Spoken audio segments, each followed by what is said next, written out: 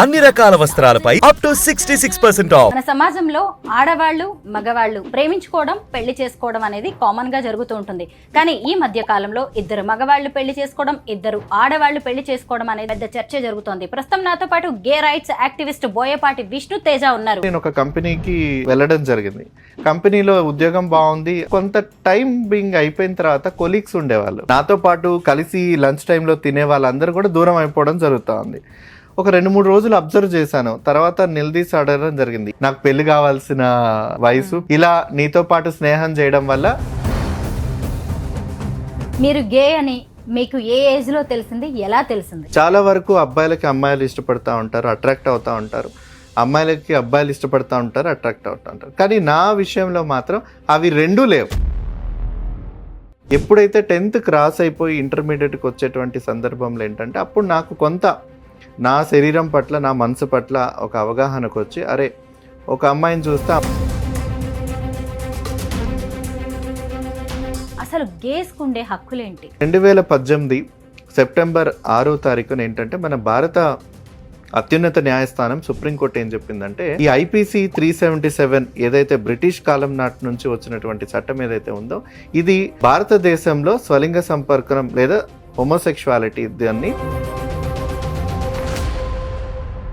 Gas అంటే ఎవరు, lesbians అంటే ఎవరో చెప్పండి. ఎవరైతే ఒక పురుషుడు ఇంకొక పురుషుణ్ణి మానసికంగా శారీరకంగా ఇష్టపడతారో, వారితో కలిసి ఉండాలనుకుంటారో, అటువంటి వ్యక్తుల్ని మనం గేస్ అంటాం. అయితే లెస్బియన్స్ కూడా సేమ్, వాళ్ళు కూడా ఇద్దరు మహిళలు, వారు కూడా ఒకరి పట్ల ఒకరు ఆకర్షితులై మానసికంగా శారీరకంగా ఆ ఆకర్షణకి అయిన తర్వాత. అందరికీ నమస్కారం, నేను స్వరూపపట్లపల్లి. Welcome to Suman TV. మన సమాజంలో ఆడవాళ్ళు మగవాళ్ళు ప్రేమించుకోవడం పెళ్లి చేసుకోవడం అనేది కామన్ గా జరుగుతూ ఉంటుంది. కానీ ఈ మధ్య కాలంలో ఇద్దరు మగవాళ్ళు పెళ్లి చేసుకోవడం, ఇద్దరు ఆడవాళ్ళు పెళ్లి చేసుకోవడం అనేది చూస్తూ ఉన్నాము. ఈ వింత పోకడి మీద పెద్ద చర్చ జరుగుతోంది. ప్రస్తుతం నాతో పాటు గే రైట్స్ యాక్టివిస్ట్ బోయపాటి విష్ణు తేజ ఉన్నారు. అసలు గేస్ అంటే ఎవరు, వాళ్ళకి ఎలాంటి హక్కులు ఉంటాయి, అలాగే గేస్ పెళ్లి చేసుకోవడం, పిల్లల్ని పెంచుకోవడం, దత్తత తీసుకోవడం, ఇలాంటి విషయాల గురించి చట్టం ఏం చెబుతోంది, ఈరోజు విష్ణు తేజతో మాట్లాడి అనేక విషయాలు తెలుసుకుందాం. నమస్తే విష్ణు తేజ గారు. నమస్తే అండి. ముందుగా మాకు గేస్ అంటే ఎవరు, లెస్బియన్స్ అంటే ఎవరో చెప్పండి, డిఫరెన్స్ కూడా తెలియాలి. గేస్ కి లెస్బియన్స్ కి డిఫరెన్స్ ఏంటంటే, ఇదంతా ఒక స్పెక్ట్రమ్ అన్నమాట. ఒక స్పెక్ట్రమ్ అంటే ఒక చాలా విశాలమైనటువంటి ఈ సమాజంలో ఉన్నటువంటి వివిధ రకాలైనటువంటి వ్యక్తులు. మీరు ఇంట్రొడక్షన్లో చెప్పినట్టుగా కేవలం ఆడవాళ్ళు మగవాళ్ళు మాత్రమే ప్రేమించుకుంటారు, అదే సమాజం దాన్నే నమ్ముతుంది, దాన్నే విశ్వసిస్తుంది, అదే కదా అనేది అందరూ కూడా ఏమంటారంటే, ఈ సమాజాన్ని చూస్తూ కూడా ముందుకెళ్తుంది. అయితే ఈ గేస్ ఎవరైతే మనం సమాజంలో చూస్తూ ఉంటామో, వాళ్ళు అసలైన గేస్ కాదు. మరి ఎవరు ఈ అసలైన గేసు అని అంటే, ఎవరైతే ఒక పురుషుడు ఇంకొక పురుషుణ్ణి మానసికంగా శారీరకంగా ఇష్టపడతారో, వారితో కలిసి ఉండాలనుకుంటారో, అటువంటి వ్యక్తుల్ని మనం గేస్ అంటాం. ఇది వెస్ట్రన్ పదం. అదే తెలుగులో అయితే స్వలింగ సంపర్క పురుషులు. అయితే లెస్బియన్స్ కూడా సేమ్, వాళ్ళు కూడా ఇద్దరు మహిళలు, వారు కూడా ఒకరి పట్ల ఒకరు ఆకర్షితులై మానసికంగా శారీరకంగా ఆకర్షణకి అయిన తర్వాత వాళ్ళు కూడా ప్రేమించుకోవడం, పెళ్లి చేసుకోవాలనుకోవడం, కలిసి బ్రతకాలనుకోవడం జరుగుతూ ఉంటుంది. ఇది మన దేశంలో ముఖ్యంగా ఏంటంటే, కేవలం ఆడవాళ్ళు మగవాళ్ళు మాత్రమే కలిసి ఉండాలి, ప్రేమించుకోవాలి, ఏది జరగాలన్నా కూడా ఒక సృష్టికి మూలం ఆడవాళ్ళు మగవాళ్ళే కదా అనేది ఒకటి మనకు ముందు నుంచి కూడా భారతదేశం ఎన్నో రకాలమైనటువంటి సంస్కృతి సాంప్రదాయాలతో పాటు వస్తుంది, కాలాంతరం రూపాంతరం చెందుతుంది. కాబట్టి వాళ్ళందరి నమ్మకాలు అవన్నీ కూడా ఉన్నాయి. కానీ ఏ మతంలో ఉన్నటువంటి సందర్భాలు చూసుకున్నా, భారతదేశంలో ఉన్నటువంటి చరిత్రను చూసుకున్నా, అన్ని మతాలలో, అన్ని సాంప్రదాయాలలో, అన్ని సంస్కృతుల్లో కూడా స్వలింగ సంపర్కులు అనేది కూడా ఉన్నారు. ఆడవాళ్ళు ఉన్నారు, మగవాళ్ళు ఉన్నారు. సో కానీ దాన్ని వెలుగులోకి తీసుకొచ్చి చెప్తే బయట ఉన్నటువంటి సమాజం దాన్ని యాక్సెప్ట్ చేస్తుందా లేదా అనేది చాలామందికి ఉండొచ్చు. లేదా ఏదైతే పితృస్వామ్య వ్యవస్థల్లో ఉంచున్నటువంటి సమాజంలో బ్రతుకుతూ వస్తున్నాం కాబట్టి తరతరాల నుంచి, సో వీళ్ళందరికీ కూడా ఇటువంటి విషయాలు గనక మనం సామాన్య ప్రజలకు తీసుకొని వెళ్ళిన తర్వాత వికృత పోకడలు ఏమన్నా వస్తాయేమో, అక్కడి నుంచి రకరకాలుగా సమాజంలో ఉన్నటువంటి భిన్నత్వాలు ఏర్పడతాయేమో అనేది ఒక ఆలోచన కూడా వాళ్ళకు ఉండొచ్చు. కాబట్టి చరిత్రను ఎప్పుడు కూడా ముందుకు తీసుకొని రాలేదు. సో ఉదాహరణకి ఏంటంటే మనకు ఖజురహో దేవాలయం ఉంది. ఖజురహో దేవాలయం మీద స్పష్టంగా శిల్పకారులు స్వలింగ సంపర్క సంబంధించినటువంటి విగ్రహాలు కూడా కనిపిస్తూ ఉంటాయి. చాలా దేవతామూర్తులు కనిపిస్తూ ఉంటాయి. ఇవి ఎక్కడ కూడా ఎవరు ప్రశ్నిస్తారు? ప్రశ్న ఎక్కడ కూడా రాదు కదా. సమాజంలో ప్రశ్న ఎందుకు రాదంటే ప్రశ్నించడానికి ముందు అవగాహన ఉండాలి. అవగాహన కల్పించడానికి ఎవరు కూడా ఏ సనాతన ధర్మాన్ని ముందుకు తీసుకొచ్చి నడిపించే వాళ్ళు ఎవరు కూడా ఇటువంటి చరిత్రలో ఉన్నాయి అనేది కూడా ఎక్కడ కూడా చెప్పలేదు. రెండోటి సిద్ధాంతం ఏంటంటే కామసూత్ర చాలా మందికి అందరికీ కూడా తెలుసు. కానీ కామసూత్రాల్లో కూడా వాత్సాయనుడు రాసినటువంటి కామసూత్రాల్లో కూడా స్వలింగ సంపర్కుల యొక్క మధ్య నడిచేటువంటి లైంగిక సంబంధాలకు సంబంధించి కూడా చాలా స్పష్టంగా కూడా దాంట్లో తెలియజేయడం జరిగింది. కానీ మన వరకు తెలిసినటువంటి కామసూత్ర చాలా తక్కువ. నాకు తెలిసి ఇప్పుడున్నటువంటి ఈ యూత్ కానీ జనరేషన్ కానీ సెక్స్ ఎడ్యుకేషన్ అని అంటే అందరూ మాట్లాడుకునేటట్టుగా ఏదో పోర్నోగ్రఫీనో లేకపోతే ఇంకొకటో అనుకుంటారు. కానీ అసలైన సెక్షువల్ రిలేషన్, సెక్షువల్ ఎడ్యుకేషన్ అనేది కూడా కామసూత్రాల్లో చాలా క్లియర్గా ఉంది. కానీ సమాజం అంగీకరించలేనటువంటి కొన్ని బంధాలు ఏవైతే వాళ్ళు తెలుసుకున్నప్పుడు వాళ్ళకి అది వింతగానే ఉంటుంది, విచిత్రంగానే ఉంటుంది, రోతగానే ఉంటుంది. అయితే మనకు 2018 సెప్టెంబర్ 6వ తారీఖున ఏంటంటే మన భారత అత్యున్నత న్యాయస్థానం సుప్రీంకోర్టు ఏం చెప్పిందంటే ఈ ఐపీసీ 377 ఏదైతే బ్రిటిష్ కాలం నాటి నుంచి వచ్చినటువంటి చట్టం ఏదైతే ఉందో ఇది భారతదేశంలో స్వలింగ సంపర్కం లేదా హోమోసెక్షువాలిటీ దాన్ని క్రిమినలైజ్డ్గా చేయబడి 7 సంవత్సరాల కఠిన కారాగార శిక్షగా అప్పుడు మన బ్రిటిష్ నుంచి వచ్చినటువంటి చట్టం. సో దాన్ని అమలు చేస్తూ వచ్చింది 2018 వరకు కూడా, సెప్టెంబర్ వరకు కూడా. అయితే దాని మీద అనేక మంది పిటిషన్లు వేసి చాలామంది మతానికి సంబంధించిన మత గురువులు రకరకాల మన దేశంలో ఎంతమంది దాని పట్ల వ్యతిరేకత చూపించాలో వాళ్ళందరూ కూడా సుప్రీంకోర్టు వచ్చారు. ఆర్గ్యుమెంట్స్ అన్నీ జరిగాయి. సుప్రీంకోర్టు కూడా చాలా సుదీర్ఘంగా 5 సభ్యుల ధర్మాసనంతో ఎన్నో సందర్భాల్లో అవన్నీ కూడా పిటిషన్స్ అన్నిటిని కూడా హియరింగ్స్ చేసిన తర్వాత చివరగా సెప్టెంబర్ 6వ తారీఖు 2018 ఒక చారిత్రాత్మక తీర్పు ఇచ్చింది.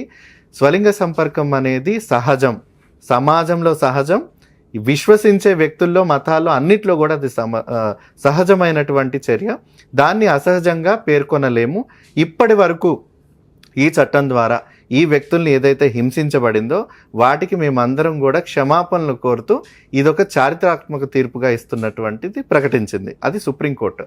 ఆ తర్వాత నుంచే చాలా వరకు కూడా మీరు అన్నట్లుగా గే మ్యారేజెస్ జరగడం కానీ, లెస్బియన్ మ్యారేజెస్ జరగడం కానీ మనం టీవీలలో చూడడం కానీ, మన తెలుగు రాష్ట్రాలలో సుప్రియ చక్రవర్తికి సంబంధించినటువంటి వివాహం కూడా జరగడం, గత 2 సంవత్సరాల క్రితం కూడా తను సుప్రీంకోర్టులో సేమ్ సెక్స్ మ్యారేజ్ మీద జరగాలన్న పిటిషన్ వేయడం, దాని నుంచి కూడా కొన్ని జడ్జిమెంట్స్ రావడం జరిగింది. సో మనందరికీ కూడా సమాజంలో ఒక అవేర్నెస్ వచ్చింది. స్వలింగ సంపర్కుల్లో 2 రకాలు ఉంటారు. ఒకరు మగవారు ఇష్టపడేవాళ్ళు, 2 ఆడవారు ఇష్టపడేవాళ్ళు. సో ప్రస్తుతానికైతే అది వింత విచిత్రం అనేది తెలియని వాళ్ళకి అవ్వచ్చేమో, కానీ ఇప్పుడు సమాజంలో అందరూ కూడా అర్థం చేసుకునేటువంటి పరిస్థితి వస్తుంది. కానీ దాన్ని అంగీకరించే పరిస్థితి అయితే ఇంకా కూడా రాలేదు. దానికి ఇంకా చాలా సమయం పడుతుందని నేను భావిస్తున్నాను. మీరు గే అని మీకు ఏ ఏజ్లో తెలిసింది, ఎలా తెలిసింది? అయితే చాలా వరకు కూడా అందరూ అడిగేటువంటి ప్రశ్న మీకు ఎలా తెలిసింది అనేది. అయితే చిన్నప్పటి నుంచి అందరూ పెరిగే వాతావరణంలోనే పెరగడం, స్కూల్కి వెళ్ళడం, అక్కడ నుంచి కూడా స్నేహితులతో ఆడుకోవడం. ఎప్పుడైతే కౌమార దశ దాటిన తర్వాత మనకు బహుశా 14 ఏళ్ళు, 15 ఏళ్ళు, 16 ఈ వయసులో చాలామంది పిల్లలందరికీ కూడా, అమ్మాయిల అబ్బాయిలందరికీ కూడా అర్థమైపోతుంది ఎవరు ఇష్టపడుతున్నాం. ఒక స్కూల్లో కానీ ఒక క్లాస్లో కానీ పలానా అబ్బాయికి పలానా అమ్మాయి అంటే ఇష్టమా. ఎందుకంటే అప్పుడు క్లాసుల్లోనే మొదలవుతాయి కదా ప్రేమలన్నీ కూడా, చిన్న చిన్న ప్రేమలు అప్పుడప్పుడే చిగురిస్తూ ఉంటాయి. చాలా సరదాగా వాళ్ళు క్లాస్ నోట్స్ బుక్స్లో లవ్ లెటర్ రాసి పెట్టడం, ఇలాంటి వాటి మీద చాలా సినిమాలు కూడా వచ్చాయి. అంటే ఆ దశలో ఒక ఆకర్షణ అనేది మొదలవుతూ ఉంటుంది. శరీరంలో మార్పులు రావడం, హార్మోన్సల్ చేంజ్ రావడం, అక్కడ ఎవరికి ఆకర్షణలు అవుతున్నాం, మనం ఎలా ఉండాలనుకుంటున్నాం, మన శరీరం మనకు నచ్చుతుందా లేదా అనేటి ఈ మార్పులన్నీ కూడా ఆ కౌమార దశలో జరుగుతూ ఉంటాయి. సో అదే దశలో నాకు కూడా చాలా వరకు అబ్బాయిలకి అమ్మాయిలు ఇష్టపడుతూ ఉంటారు, అట్రాక్ట్ అవుతూ ఉంటారు, అమ్మాయిలకి అబ్బాయిలు ఇష్టపడుతూ ఉంటారు, అట్రాక్ట్ అవుతూ ఉంటారు. కానీ నా విషయంలో మాత్రం అవి రెండూ లేవు. సో ఎవరికి నేను ఆకర్షితులు అయ్యే పరిస్థితి లేదు, ఎవరికి నేను అట్రాక్ట్ అయ్యే పరిస్థితి లేదు. కానీ ఉన్నదంతా కూడా ఏంటంటే అప్పుడు ఉన్నటువంటి స్పష్టత, అవగాహన ఏంటంటే ఎవరికి నేను అట్రాక్షన్ అనేది లేదు. కానీ స్పష్టమైన ఒక అవగాహన ఉంది మాత్రం. ఎవరి మీద కూడా ఎటువంటి లైంగిక ఉద్దేశాలు కానీ లేకపోతే ఒక ప్రేమ కానీ ఇటువంటివి కూడా ఏమి అనిపించలేదు.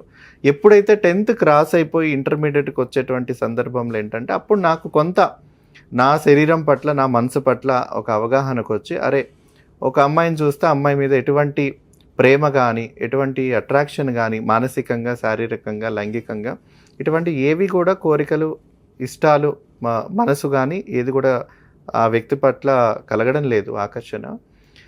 అప్పుడు నేనేంటి అనే దానికి కూడా సమాధానం లేదు. ఎందుకనంటే ఇటువంటి పరిస్థితి ఆలోచనలు నాకు మాత్రమే ఉన్నాయా, లేదా నాలాంటి వ్యక్తులు చాలామంది ఈ రకంగా ఆలోచిస్తూ ఉంటారా?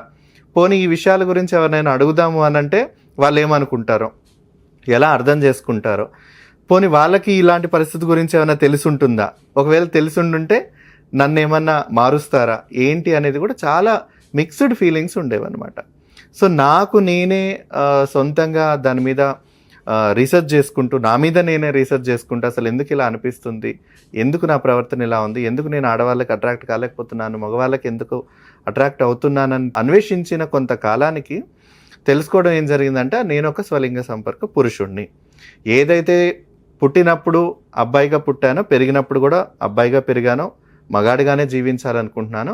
కానీ నేను అందరూ అనుకునేటట్లుగా ఒక మగవాడు ఇంకొక స్త్రీకి ఆకర్షణ కాకుండా ఇంకొక పురుషుడికి ఆకర్షణ అవుతున్నాను. సో ఇందులో తప్పేమి లేదు అని తెలుసుకోవడానికి నాకు దాదాపు 7-8 సంవత్సరాలు పట్టాయి అన్నమాట. సో ఇది మొత్తం కూడా చాలా న్యాచురల్గా జరిగినటువంటి ప్రాసెస్. ఎక్కడ ఎవరు ఇన్ఫ్లుయెన్స్ చేసింది లేదు, ఏ సంఘటనలు కారణాల వల్ల కూడా నేను గేగా మారింది కూడా లేదు, ఎవరు మార్చలేదు, మారాలని లేదు. ఎందుకంటే నా స్వతహాగా మనసులో, నా మెదడులోంచి, నా శరీరంలోంచి వచ్చినటువంటి భావనలు, ఆ భావనలు అర్థం చేసుకొని కనెక్ట్ చేసుకోవడానికి కొంత సమయం పట్టింది. నార్మల్గా ట్రాన్స్జెండర్స్, గేస్, లెస్బియన్స్కి వాళ్ళ కుటుంబం నుంచే సరైన సపోర్ట్ అనేది ఉండదు. కానీ మీ గురించి, మీ అమ్మగారి గురించి ఒక న్యూస్ పేపర్లో వచ్చిన స్పెషల్ ఆర్టికల్ నేను చదివాను. ఎంత గొప్పగా ఆవిడ మిమ్మల్ని సపోర్ట్ చేస్తున్నారో, ఎంత బాగా అర్థం చేసుకుంటున్నారో, నిజంగా చాలామంది తెలుసుకోవాల్సిన విషయం ఇది అనిపించింది. అమ్మ గురించి చెప్పండి. ఒక విషయం మాత్రం నేను చెప్పగలుగుతాను నా జీవితంలో. ఎందుకనంటే మీరు చాలా గొప్ప విషయం చెప్పారు. ఏ కుటుంబంలో అయినా వాళ్ళ పిల్లలు ఏ విధంగా ఉన్నారు, ఏ విధంగా వాళ్ళ పరిస్థితులు ఉన్నాయి అనేది బహుశా తల్లిదండ్రుల్లో ఎక్కువగా తల్లి దగ్గరగా చూసుకుంటూ ఉంటుంది.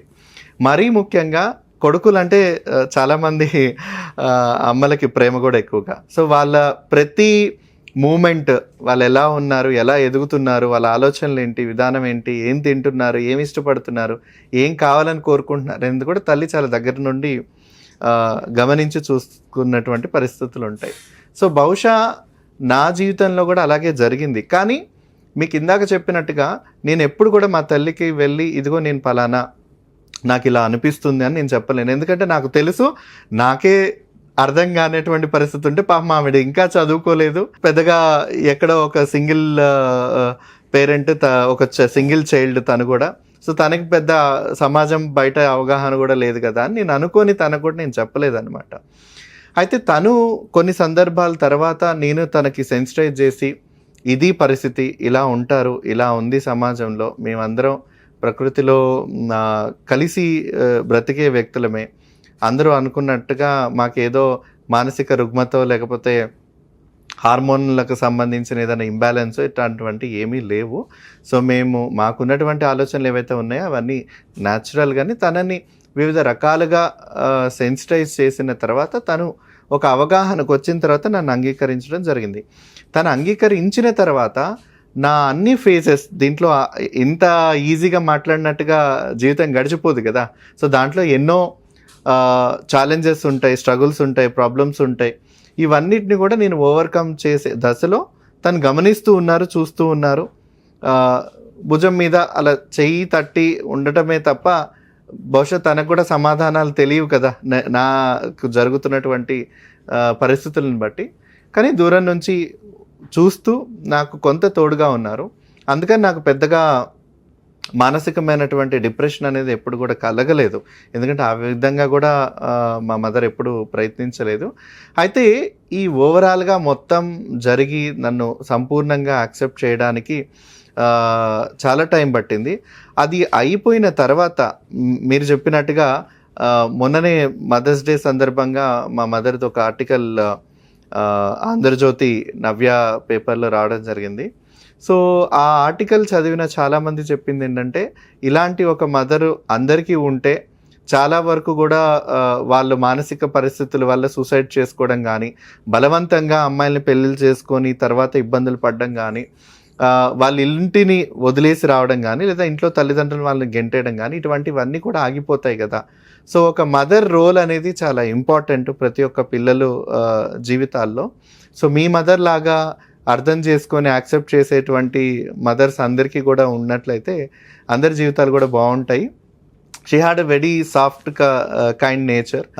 అది అందరికీ ఉంటే బాగుంటుంది అనేది చాలామంది కూడా చెప్పారు. సో మా మదర్ నా లైఫ్లో చాలా కీ రోల్ అండి. ఎందుకనంటే నన్ను నేను ఎంత యాక్సెప్ట్ చేసుకోవడానికి పోరాడాను, నన్ను యాక్సెప్ట్ చేయడానికి కూడా తను అంతే పోరాడారు. సో దీన్ని బట్టి ఒక ఫ్యామిలీ, ఒక పేరెంట్ అండ్ ఎస్పెషల్గా ఒక మదరు మాలాంటి వ్యక్తుల జీవితాల్లో చాలా కీలకమైన పాత్ర పోషిస్తారు అనేది బలంగా నేను నమ్ముతున్నాను. ఒక వయసు వచ్చాక కొడుక్కి పెళ్లి చేయాలని, కోడల్ని తెచ్చుకోవాలని ఏ తల్లైనా ఆశపడుతుంది కదా. మరి మీ అమ్మగారికి కూడా మీకు తోడు ఉండాలని ఆవిడ కోరుకుంటున్నట్టుగా అయితే నాకు అనిపించింది. మీరు పెళ్లి చేసుకుంటే ఎలాంటి వ్యక్తుల్ని పెళ్లి చేసుకుంటారు, ప్రేమిస్తే ఎలాంటి వ్యక్తుల్ని ప్రేమిస్తారు? సో ఈ ప్రశ్నకి బహుశా ఆర్టికల్లో మా మదర్ కూడా చెప్పారు. నేను మా అబ్బాయిని అడిగాను, ఎందుకంటే హైదరాబాద్లో మేము ఉన్నప్పుడు చాలామంది నా గే ఫ్రెండ్స్ అందరూ కూడా విదేశాల్లో స్థిరపడి అక్కడ నుంచి వాళ్ళు పార్ట్నర్స్తో హైదరాబాద్ విజిట్కి వచ్చినప్పుడు మా ఇంటికి వస్తూ ఉండేవాళ్ళు. సో మా మదర్ కూడా సౌత్ ఇండియన్ ఫుడ్, మన ఆంధ్ర తెలంగాణ రుచులు కూడా వండి పెట్టినప్పుడు చాలా ఇష్టంగా తినేవాళ్ళు. సో మా మదర్ అనేవాళ్ళు అనమాట, ఒక తెలుగు అబ్బాయికి ఏదో ఒక ఫారెన్ అబ్బాయి కూడా ఒక పార్ట్నర్గా వచ్చినప్పుడు వాళ్ళ మధ్యలో ఉండేటువంటి ప్రేమ, అనుబంధం, అనురాగం, ఆ సఖ్యత అందరిలాగే మన దేశంలో ఉండే ఒక భార్యాభర్తల మధ్యలాగానే ఉంటుంది కదా. ఒక అమ్మాయి అబ్బాయి మధ్యలో జరిగేటువంటి ప్రేమ ఆ విధంగానే ఉంది కదా. మీరు ఎందుకు కొత్తగా ఏం కనిపించట్లేదు? నాకు అలా అనిపించట్లేదు. కేవలం జెండర్సే మారాయి కానీ ఆ ఇద్దరి వ్యక్తుల మధ్యలో ఉన్నటువంటి ప్రేమ, అనుబంధం, అనురాగం, ఆ సఖ్యత నాకేం పెద్ద వేరే డిఫరెన్స్ ఏం అనిపించలేదు అనేసి తను అనిపించినప్పుడు చాలా సంతోషం అనిపించింది. అయితే తను కోరుకున్నది ఏంటంటే, నాకు కూడా అలాగా ఒక పార్ట్నర్ వస్తే జీవితాంతం కలిసి ఉంటాం కదా. చాలామంది కోరుకునేది ఏంటంటే, మన భారతీయ సమాజంలో అమ్మాయి అబ్బాయి పెళ్ళిళ్ళు చేయడం ఏంటంటే ఒక కుటుంబం ఏర్పడుతుంది, ఒకరికొకరు తోడుగా ఉంటారు, ఒక బాధ్యత ఏర్పడుతుంది, అది సమాజంలో ఒక బంధాలని ఏర్పరిచి అక్కడి నుంచి కూడా ఒక వ్యవస్థను ఏర్పరుస్తుంది అనేది మన భారతీయ సమాజంలో మనం అందరం కూడా పాటిస్తున్నటువంటిది. ఎప్పుడైతే ఇద్దరు పురుషులు కలిసి ఉండాలి, ప్రేమించాలి అని అంటే అదే భారతీయ సమాజం కూడా యాక్సెప్ట్ చేయనటువంటి పరిస్థితి.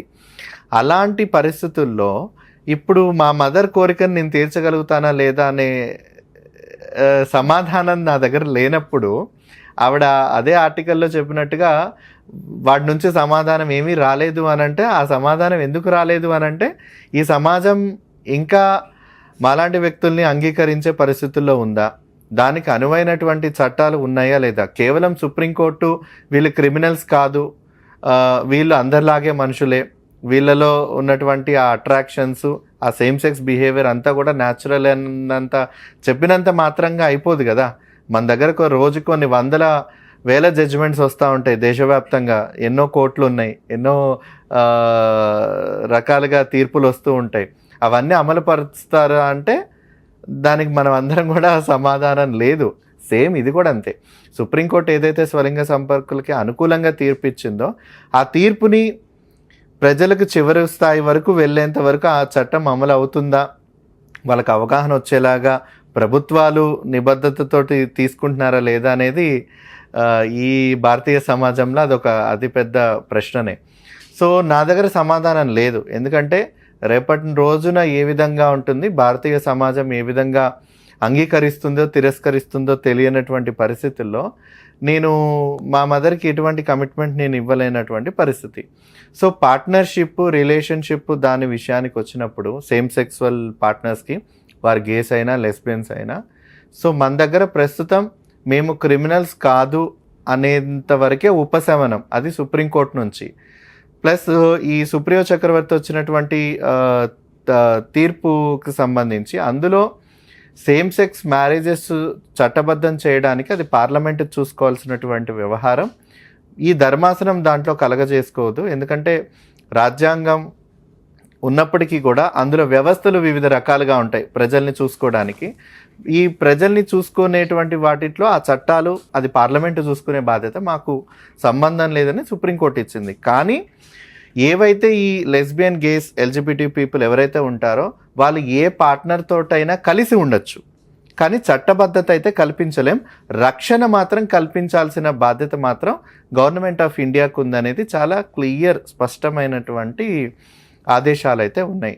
సో ఇప్పుడు మనం అవగాహన చేసుకోవాల్సింది ఏంటంటే స్వలింగ సంపర్కులైనటువంటి గేస్ అయినా లెస్బియన్స్ అయినా భారతీయ సమాజంలో క్రిమినల్స్ కాదు. రెండోది, వాళ్ళిద్దరూ జంటలుగా కలిసి ఉండాలి. స్వలింగ సంపర్కులు లెస్బియన్స్ అయినా గేస్ అయినా వాళ్ళ పార్ట్నర్స్తో కలిసి ఉండాలంటే కలిసి ఉండొచ్చు. వారికి సమాజం నుంచి, కుటుంబం నుంచి, ఇతరత్ర వ్యక్తుల దగ్గర నుంచి కూడా ప్రొటెక్షన్ ఇవ్వాల్సినటువంటి బాధ్యత ఉందనేది మనకు సుప్రీంకోర్టు ఇచ్చినటువంటి తీర్పులు చాలా స్పష్టంగా ఉన్నాయి. నేను గే అని మీరు ధైర్యంగా చెప్పడమే కాకుండా మీ తోటి గేస్ కోసం కూడా పోరాడుతున్నారు, వాళ్ళ హక్కుల గురించి కూడా సుప్రీంకోర్టు వరకు కూడా వెళ్తూ ఉన్నారు. అసలు గేస్కు ఉండే హక్కులేంటి? సో గేస్కు ఉండే హక్కులు పెద్దగా ఏమి బయట వాళ్ళకి ఉన్నవి మనకు లేనివి ఏమి ఉండవండి. గేస్ అయినా లెస్బియన్స్ అయినా ఏ వ్యక్తులైనా కూడా వాళ్ళు కూడా సమాజంలో సాధారణమైనటువంటి వ్యక్తులే. ఈ దేశంలో ఒక పౌరుడిగా ప్రతి ఒక్క వ్యక్తికి ఏవైతే హక్కులు ఉంటాయో నాకు కూడా అవే హక్కులు ఉంటాయి. కేవలం నేను ఎంచుకునే జీవిత భాగస్వామి లేదా నేను ఎంచుకునేటువంటి నాతో జీవితాంతం కలిసి ఉండాలన్నటువంటి వ్యక్తి జెండర్ మారినంత మాత్రాన నాకు జీవితంలో హక్కులు మారిపోవు కదా. ఎందుకంటే నాకు ఆ వ్యక్తికి ఈ రాజ్యాంగబద్ధంగా, ఈ ప్రజాస్వామ్యకంగా ఈ భారతదేశంలో అవే హక్కులు ఉంటాయి.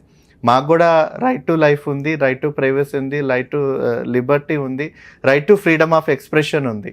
సో ఇవన్నీ ఉన్నప్పుడు రాజ్యాంగబద్ధంగా మేమెందుకు సమాజంలో ఒక వింత వ్యక్తులుగా మేము ఎందుకు పోర్ట్రేట్ అవ్వాలి?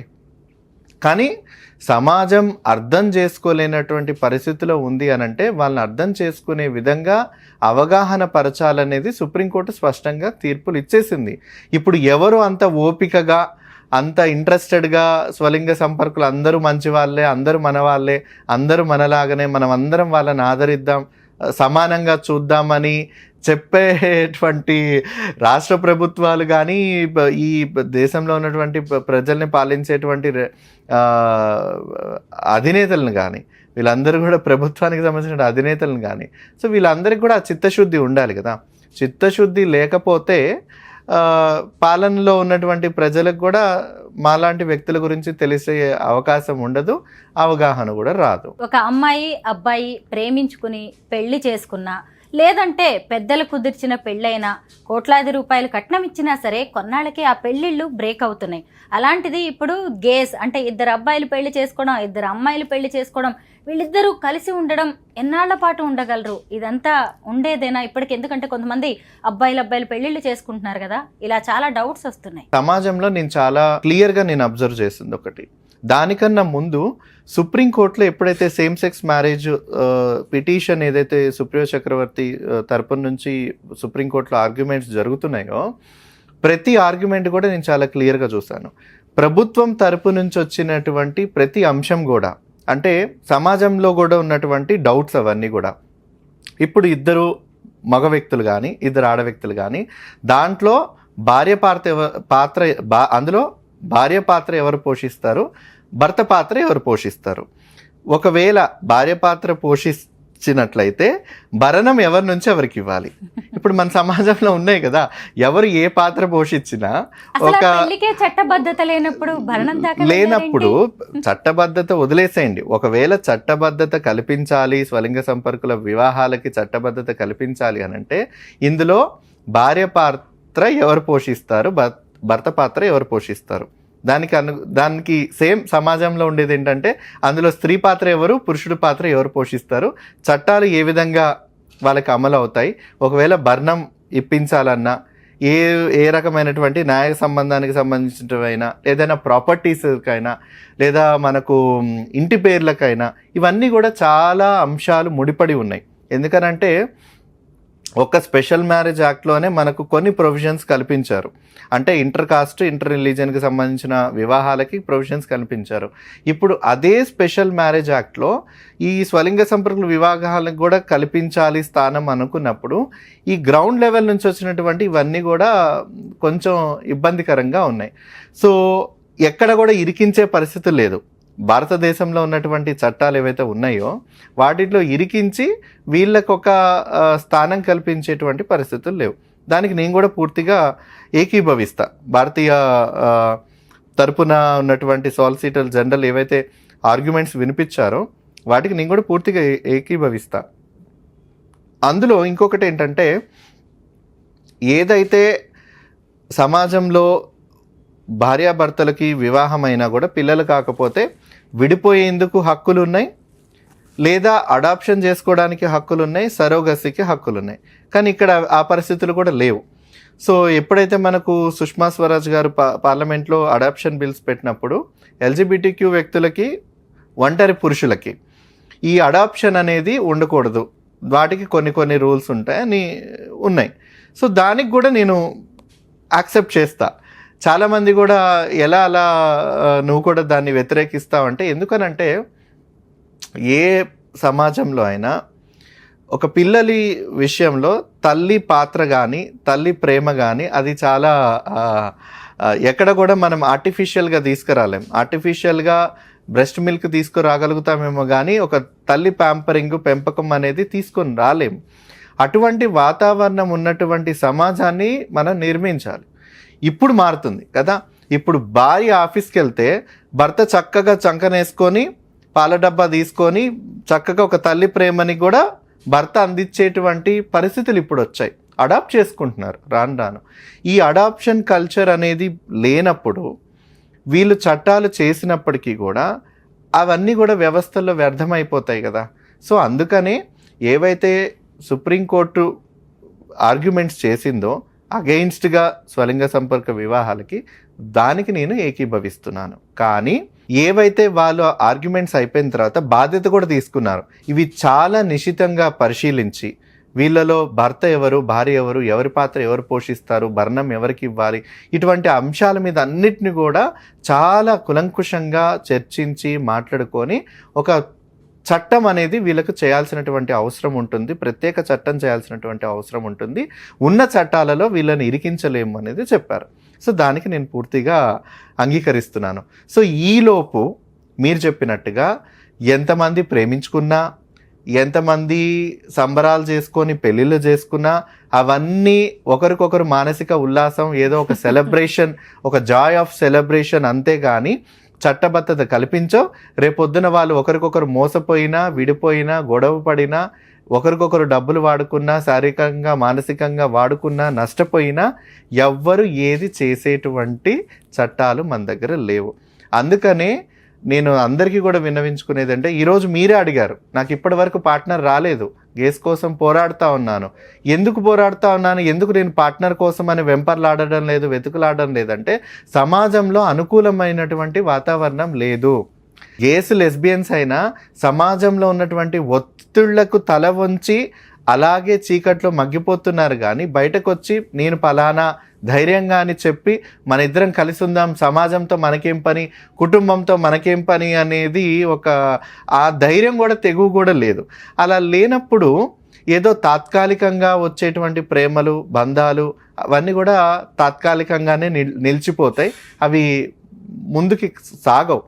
ఇప్పటి వరకు పరలింగ సంపర్కులు, స్ట్రైట్స్ ఏవైతే ఆడవారు మగవారు చాలా అందరూ కామన్గా చూసేటువంటి బంధాలు ఏవైతే ఉంటాయో వాళ్ళు కూడా ఉంటున్నారు, పెళ్ళిళ్ళు చేసుకుంటున్నారు. పెళ్ళిళ్ళు చేసుకున్న మొదటి రోజో రెండో రోజుకో విడిపోతున్నారు. కానీ విడిపోవాలనుకుంటే చిక్కుముడి కదా. పెళ్ళి చేసుకోవాలంటే రిజిస్టర్ ఆఫీస్లో ఖచ్చితంగా marriage card, proof of marriage submit చేయాలి. విడిపోవాలి అనుకుంటే కూడా కారణం కూడా సబ్మిట్ చేయాలి. ఒక పెళ్లి బంధంలోకి ఎంటర్ అవ్వడం అంత సులువు కాదు, దాన్ని వదిలించుకొని బయటికి రావడం కూడా అంత సులువు కాదు. అదంతా కూడా ఇద్దరు వ్యక్తులు ఇష్టమైనప్పటికీ కూడా మీ ఇష్టం వెనక రాజ్యాంగం ఉంది, రాజ్యాంగం వెనక చట్టాలు ఉన్నాయి, ఇద్దరికి సంబంధించినటువంటి వ్యవహారాలు అందులో ముడిపడి ఉన్నాయి. కాబట్టి అందరూ కూడా పెళ్లి వ్యవస్థలోకి వెళ్ళినా వదిలించుకోవడానికి అందరు కూడా చాలా వెంపర్లాడుతూ ఉంటారు. ఎందుకండి ఫ్యామిలీ కోర్ట్స్కి వెళ్తే ఎన్ని వాయిదాలు వేస్తారు? ఒక భార్యాభర్తల మధ్యలోకి సంబంధించినటువంటి కౌన్సిలింగ్స్ అయినప్పటికీ కూడా డైవర్స్ కేసెస్లో ఎన్ని వాయిదాలు వేస్తారు? కలిసి ఉండడానికి ఎన్ని ప్రయత్నాలు చేస్తూ ఉంటారు. ఇంకా వద్దు అనుకుంటే అప్పుడు భరణం ఇప్పించడమో రకరకాలుగా తీర్పులు ఇప్పించి వాళ్ళిద్దరికి విడాకులు ఇప్పించడం జరుగుతూ ఉంటుంది. ఇవి మా మధ్యలో జరగాలి అని అంటే అవన్నీ చట్టాలు ఏర్పడాలిగా. అవన్నీ చట్టాలు ఏర్పడి సమాజం ఆ చట్టాలన్నిటిని అవగాహన చేసుకున్నప్పుడే మాలాంటి వ్యక్తులకు ఒక ధైర్యం వస్తుంది. అప్పుడే ఈ బంధాలన్నిటికీ కూడా ఒక ఒక ఒక స్థానం అనేది ఏర్పడుతుంది, ఒక చట్టబద్ధత అనేది ఏర్పడుతుంది.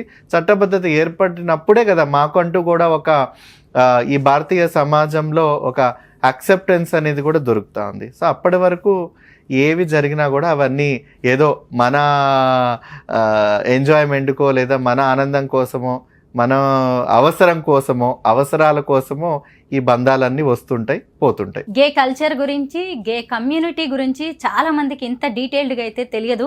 మీ నుంచి కూడా చాలా మంది తెలుసుకోవాలనుకుంటారు. అసలు ఎవరి విష్ణుతేజ, ఎక్కడి నుంచి వచ్చారు, ఏం చేస్తుంటారు, జాబ్ ఏంటి, కొన్ని డీటెయిల్స్ చెప్పండి మీ గురించి. సో చాలా మందికి ఈ ఆశ్చర్యం కూడా ఉంటుంది. సో నేనైతే పుట్టింది ప్రకాశం జిల్లా ఒంగోలు. ఆ తరం నుంచి నేను చదువుకున్నది వేరే వేరే జిల్లాలు, రాష్ట్రాలు, ప్రాంతాలు. అయితే ఉద్యోగం అప్పుడు నేను మొదట్లో నేను చదువుకుంది బయోటెక్నాలజీ. సో దాని మీద నేను ఒక కంపెనీకి వెళ్ళడం జరిగింది. కంపెనీలో ఉద్యోగం బాగుంది, అది నాకు ఇష్టమైన ఉద్యోగం, రీసెర్చ్ వర్క్ అనేది. సో కొంత టైం బింగ్ అయిపోయిన తర్వాత కొలీగ్స్ ఉండేవాళ్ళు, మేల్ కొలీగ్స్ కానీ ఫీమేల్స్ కొలీగ్స్ కానీ. ఒకానొక సందర్భంలో నాతో పాటు కలిసి లంచ్ టైంలో తినే వాళ్ళందరూ కూడా దూరం అయిపోవడం జరుగుతూ ఉంది. ఒక 2-3 రోజులు అబ్జర్వ్ చేశాను. తర్వాత నిలదీసి అడగడం జరిగింది, ఏంటి ఎందుకు బాగున్నారు కదా, ఇప్పుడు ఏమవుతుందంటే, అంటే మీరు మీ సోషల్ మీడియాలో మీరు పలానా ఎల్జిబిటిక్యూ రైట్స్ యాక్టివిస్ట్ అని, పలానా గే పర్సన్ అని మీ మీద చాలా అవన్నీ ఉన్నాయి. సో మీరు గే అని ఓపెన్గా సోషల్ మీడియాలో కూడా డిక్లేర్ చేసుకున్నారు. సో ఇప్పుడు నేను నీతో పాటు ఉండి క్లోజ్గా నవ్వుతూ కలిసి ఉన్నట్లయితే మనల్ని కూడా అదే విధంగా కొలీగ్స్ అనుకుంటా ఉన్నారు, వాళ్ళు మాట్లాడుకుంటా ఉన్నారు. నాకు పెళ్లి కావాల్సిన వయసు, పెళ్లి కావాల్సినటువంటి కుటుంబం, ఇలా నీతో పాటు స్నేహం చేయడం వల్ల నన్ను కూడా అందరు ఇలా అనుకోవడం వల్ల నాకు పెళ్లి కాకపోవచ్చేమో ఫ్యూచర్లో అన్న వల్ల కొలీగ్స్ అందరు కూడా దూరం అవడం జరిగింది. సరే నా ఒక్కడి వల్ల ఇంతమంది, నా ఒక్కడి ఐడెంటిటీ వల్ల, నా పర్సనల్ ఐడెంటిటీ వల్ల ఇక్కడ ఇంతమంది ఇబ్బంది పడుతున్నారు కదా అని నేను రిజైన్ చేసుకొని మానేయడం జరిగింది. ఆ రోజు నుంచి ఏ కంపెనీ అయితే నాతో పాటు వచ్చినటువంటి నా ఐడెంటిటీని గుర్తించి గౌరవించి యాక్సెప్ట్ చేస్తారో అప్పుడే నేను ఆ కార్పొరేట్ వ్యవస్థలో కానీ ఆ కంపెనీస్లో కానీ వెళ్ళి పనిచేయాలని నిర్ణయించుకున్నాను. అయితే ఆ రోజు నుంచి ఈ రోజు వరకు కూడా నేను ఒక ఫ్రీలాన్స్ కన్సల్టెంట్ని. కన్సల్టెంట్ ఏముంది, నాకు ఒక పని అప్పచెప్తారు, నాకు ఒక బాధ్యతను అప్పచెప్తారు, దానికి సంబంధించిన కొన్ని జీతాలు ఉంటాయి. అది రోజు జీతమా, వారం జీతమా, నెల జీతమా, సంవత్సరం జీతమా, యాజ్ పర్ ద కాంట్రాక్ట్ నాకు ఇచ్చేస్తాను. నేను పని వాళ్ళకి అప్పచెప్తా. నేను వాళ్ళ ఎంప్లాయీని కాదు, ఐఎమ్ ఏ కన్సల్టెంట్. ఎంప్లాయీ అంటే పొద్దున వచ్చిన దగ్గర నుంచి సాయంత్రం వరకు నేను ఏం తిన్నాను, ఏమున్నాను, ఏం చేస్తానని ప్రతిదీ కూడా వాళ్ళకి అప్పచెప్పాలి. యాజ్ ఎ కన్సల్టెంట్గా నేను ఎవరికి జవాబుదారీ కాదు, ఆ పనికి మాత్రమే నేను జవాబుదారీ. నా బ్యాక్గ్రౌండ్ ఏంటనేది ఎవరికి అవసరం లేనటువంటి వృత్తి. సో నేను యాజ్ ఎ కన్సల్టెంట్గా జాతీయ స్థాయి, అంతర్జాతీయ స్థాయి, లోకల్ దగ్గర నుంచి ఎల్జిబిటికి హక్కుల మీద కానీ, ఆరోగ్యం మీద కానీ, జీవితం మీద కానీ, భద్రత మీద కానీ, రీసెర్చ్కి సంబంధించినటువంటి రకరకాల ఈ సంస్థలతోటి నేను కొలాబరేట్ అయ్యి యాజ్ ఎ కన్సల్టెంట్గా చాలా చాలా భిన్నమైనటువంటి కన్సల్టేషన్ ప్రాజెక్ట్స్ అండి. అవి డ్రగ్స్ మీద కానీ, హెచ్ఐవి మీద కానీ, స్కిల్ మీద కానీ, సెక్స్ వర్కర్స్ మీద కానీ, ట్రాఫికింగ్ మీద కానీ, వైల్డ్ లైఫ్కి సంబంధించి కానీ, ఎవరు కూడా ఇటువంటివి సాదాసీదంగా చేయరు. ఎందుకంటే అంత ధైర్యంతో కూడుకున్నటువంటి పని. చాలామంది కూడా ఈ ప్రాజెక్టులు చేస్తే వివక్షత కూడా అంటుకుంటుందేమో అని కూడా చాలామంది టేకప్ చేయరు. కానీ ఏవైతే సోషల్ ఎక్స్క్లూడెడ్ అయినటువంటి ఇటువంటి వ్యక్తులు కానీ, ఇటువంటి అంశాల మీద కానీ, వాటన్నిటి మీద విష్ణుతేజ చేస్తాడు నిబద్ధతగా, నిస్వార్థంగా. ఎక్కడైనా తన మనసు పెట్టి ఈ విషయాలన్నిటి మీద రీసెర్చ్ చేసి మనకు తగినటువంటి సమాచారం ఇస్తాడు. సో కన్సల్టెంట్గా తీసుకుందామని నన్ను చాలామంది నియమించుకుంటారు.